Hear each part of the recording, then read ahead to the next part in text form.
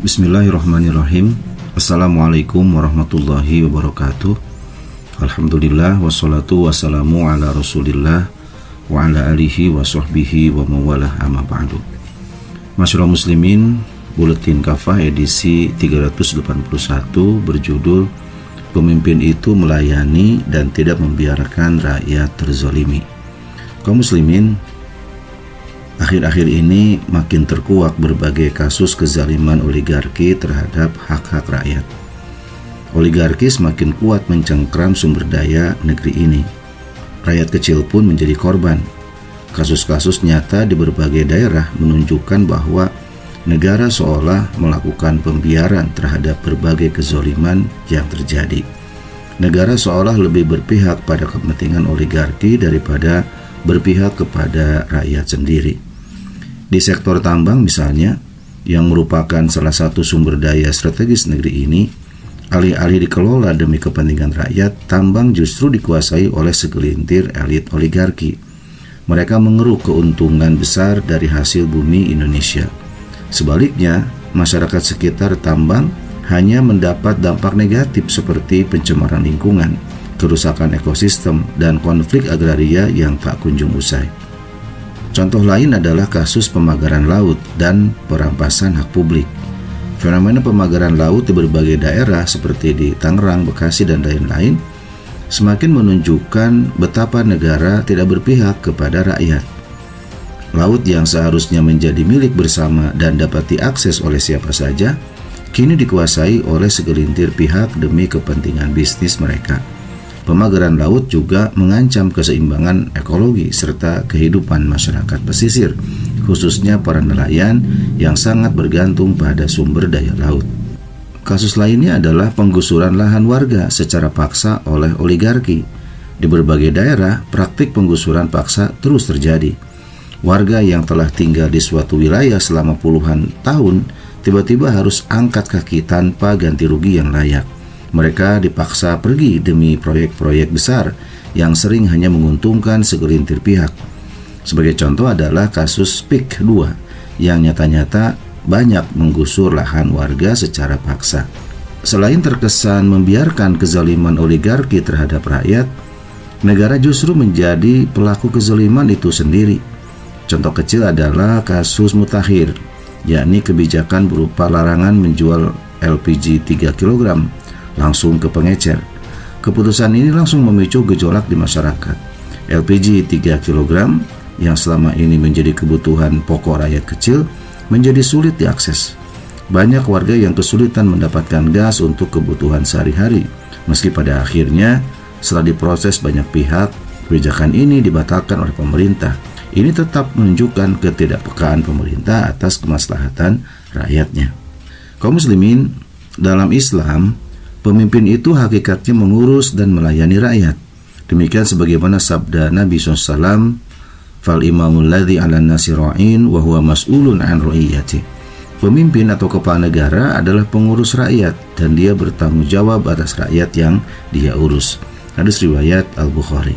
Pengurusan rakyat atau ri'ayah itu dilakukan dengan siasah atau politik yang benar tentu, yaitu seperti yang dijelaskan oleh Imam An-Nawawi di dalam Syarah Sahih Muslim. Ri'ayah atau siasah yang baik itu tidak lain dengan menjalankan hukum-hukum syariah serta mengutamakan kemaslahatan dan kepentingan rakyat. Inilah seharusnya yang dilakukan oleh seorang pemimpin yang amanah. Pemimpin amanah akan menunaikan tugas ri'ayah, yakni memelihara semua urusan rakyatnya, seperti menjamin pemenuhan kebutuhan pokok, sandang, pangan, papan bagi setiap individu warga negara, menjamin pemenuhan pendidikan, kesehatan, dan keamanan secara cuma-cuma, serta melindungi rakyat dari berbagai gangguan dan ancaman, termasuk dari oligarki. Dalam memelihara urusan rakyat, penguasa hendaklah seperti pelayan terhadap tuannya. Sebabnya, Sayyidul Qaumi Khadimuhum, pemimpin kaum itu laksana pelayan mereka. Hadis riwayat Abu Nuaim. Rasulullah SAW banyak memperingatkan penguasa dan pemimpin yang tidak amanah, bahkan mereka khianat dan zalim. Mereka adalah pemimpin jahat.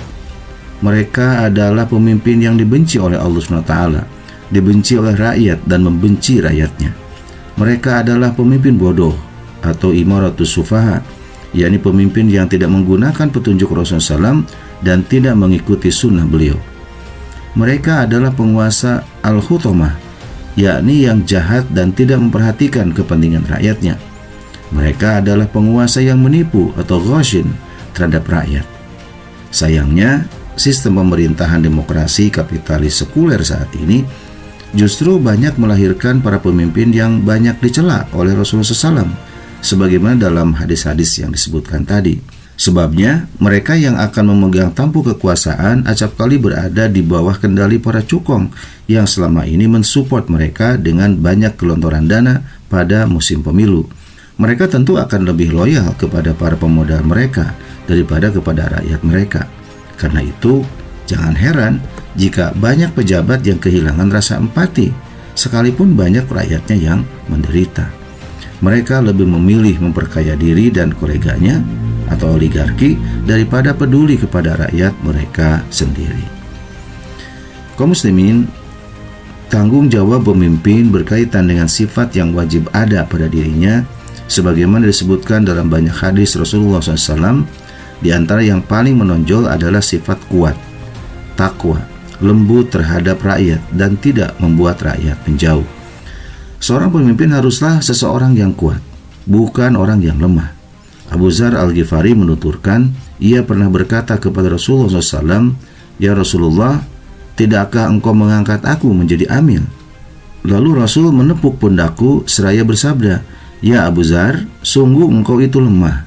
Sungguh jabatan itu adalah amanah dan pada hari kiamat nanti akan menjadi kehinaan dan penyesalan, kecuali bagi orang-orang yang mengambil amanah itu dengan benar dan menunaikan kewajiban yang ada di dalamnya." Hadis riwayat Muslim. Kuat dalam hal ini bukanlah kuat secara fisik, meski kekuatan fisik juga sangat membantu seorang pemimpin untuk menunaikan tugas kepimpinannya. Kuat di sini bermakna kuat syakhsiahnya atau kepribadiannya, yakni kuat akliyahnya, pola pikirnya, dan nafsiyahnya atau pola sikapnya. Pola pikirnya haruslah pola pikir Islami. Ia memahami berbagai perkara berdasarkan akidah dan syariat Islam. Pola sikapnya juga haruslah pola sikap Islami. Ia menjalankan kepemimpinan dan mengelola perilakunya layaknya pemimpin sesuai dengan akidah dan syariat Islam. Kekuatan kepribadian ini harus diiringi dengan sifat takwa dan kontrol diri yang juga kuat supaya tidak kebablasan. Karena itu, pemimpin harus memiliki sifat takwa, baik berkaitan dengan dirinya sendiri maupun dalam riayah atau pemeliharaannya terhadap urusan rakyatnya. Seorang pemimpin yang bertakwa kepada Allah senantiasa bertakarub kepadanya dan sadar senantiasa diawasi oleh Allah, tentu akan tidak berani menindas rakyat. Namun demikian, ketakwaan seorang pemimpin tidak seharusnya menghalangi dirinya untuk bersikap tegas dalam menegakkan kebenaran. Ini karena pemimpin harus terikat dengan perintah dan larangan Allah SWT. Dengan demikian, kuat di sini juga mencakup sikap tegas terhadap setiap bentuk kemaksiatan dengan tetap bersikap seimbang dan adil menurut tuntunan syariah terhadap pelakunya tanpa pandang bulu. Meski pemimpin itu harus bersikap tegas, ia juga harus memiliki sikap lembut kepada rakyatnya dan tidak memberatkan mereka. Karena itu, Rasulullah SAW pernah berdoa tentang hal ini. Allahumma man waliya min amri ummati syai'an fasyaqqa alaihim fashquq alaih wa man waliya min amri ummati syai'an farafaqqa bihim farfuq bih. Ya Allah, siapa saja yang menangani urusan umatku lalu dia mempersulit mereka, maka persulitlah dia. Dan siapa saja yang menangani urusan umatku lalu dia berlaku lembut kepada mereka, maka perlakukanlah dia dengan lembut. Hadis riwayat Muslim dan Ahmad. Pemimpin juga harus menggembirakan rakyatnya, bukan membawa kesedihan bagi mereka. Pemimpin harus memudahkan urusan rakyatnya, bukan malah mempersulit mereka. Demikian sebagaimana sabda Rasulullah SAW, "Basyiru wa la tunaffiru, wa yassiru wa la tu'assiru." Gembirakanlah mereka, jangan membuat mereka lari, permudahlah urusan mereka, jangan mempersulit mereka.